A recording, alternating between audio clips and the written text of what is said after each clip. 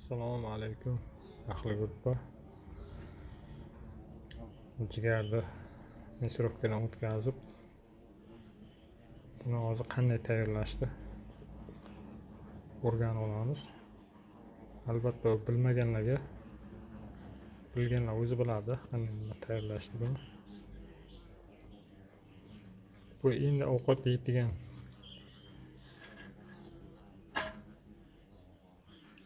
mayda baliqlarimizga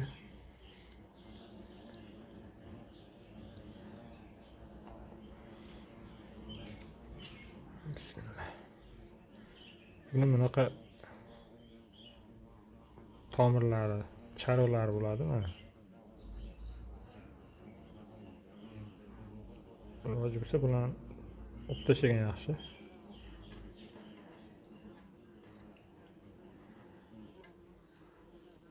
Buni biz oldindan yuvib tayyorlab qo'ygandik.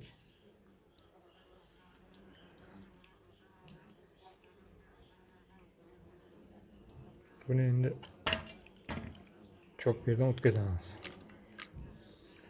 Mikrofkada oddiy qo'l mikrofkada o'tkazish ancha qiyin. O'tish qiyin bo'ladi. Shuning uchun chopperda yaxshi o'tadi.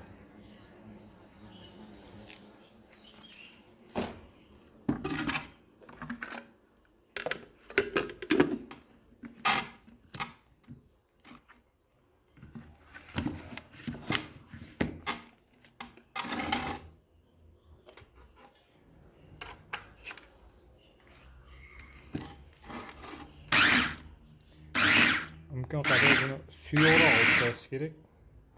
Sababi setkadan o'tishi oson bo'ladi.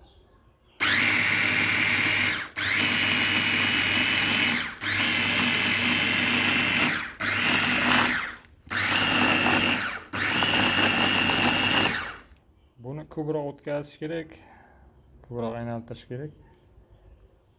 Suyuqroq bo'lsa ham buni ichiga havo aralashadi. Muzlagandan keyin suvga tashlaganda tez cho'kib ketmaydi. Shuning uchun buni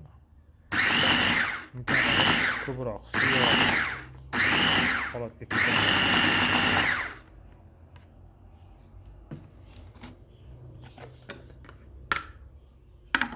Ko'rib turganingizdek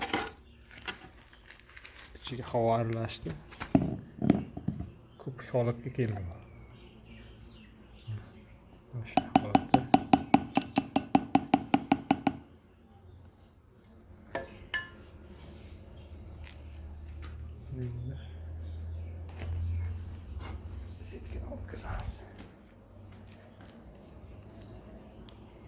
piyoz setkadan o'tkazsa ham bo'lardi. Birinchi yeydigan, endi ovqat yeyishga o'tirganlarga piyoz setkadan o'tkazgan ma'qul.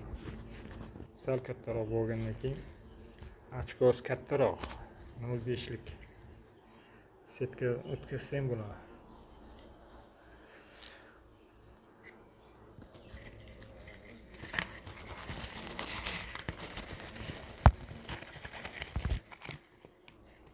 Videoga olish chiqayin bo'ladi bir o'zimni.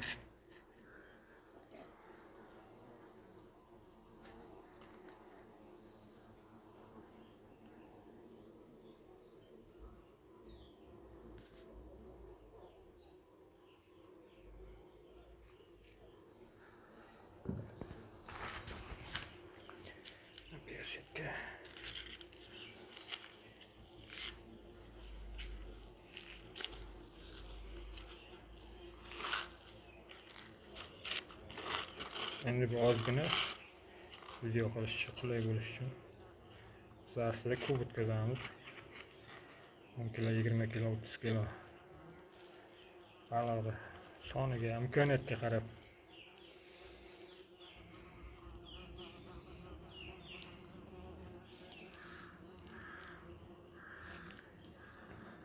shlaklar hammasi setkada qoladi.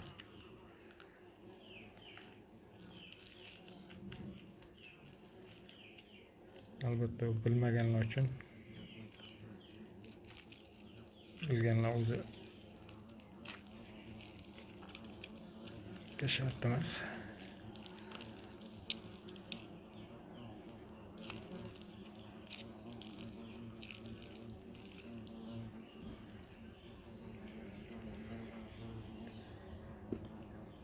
ham tushib qolyapti.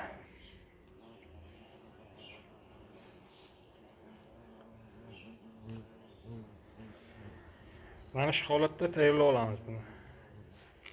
Keyin buni muzlatgichga qo'yamiz. Yaxshi muzlash kerak. Keyin buni baliqlarga tashlab suvda cho'kmaydigan holga keladi.